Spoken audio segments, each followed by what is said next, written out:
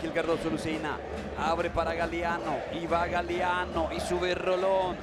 Galeano metiéndose por el medio, cambiando por izquierda, Claudio Aquino, va Aquino, Aquino que le quiere pegar, Aquino que levanta solo, Galeano, está, ¡gol!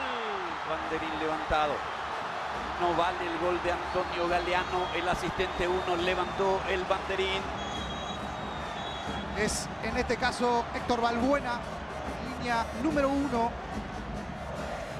levantando el banderín. Buena habilitación, igual la jugada de Ángel. Esta es la acción. A ver, cuando parte el pase, está habilitado. Van a confirmar desde el VAR la decisión del asistente. Hay sensación de que la posición de Galeano era lícita en el momento de salir el pase. Entonces, a preparar la garganta, señores. ¡Gol!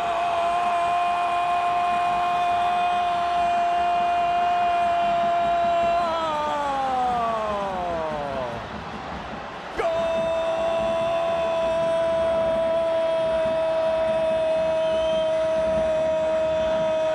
de Cerro Porteño!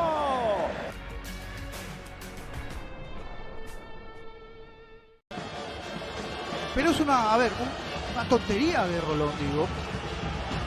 Porque lo termina sujetando. Primero lo sostiene después el mudo que se quejaba. Se caía.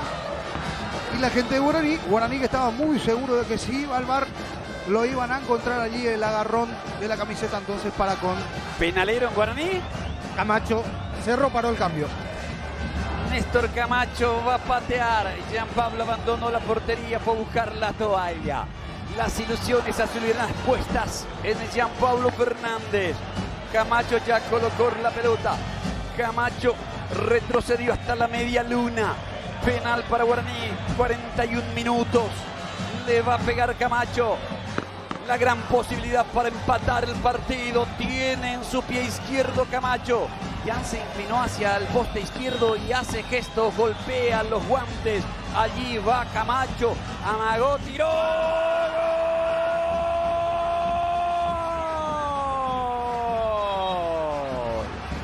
¡Gol!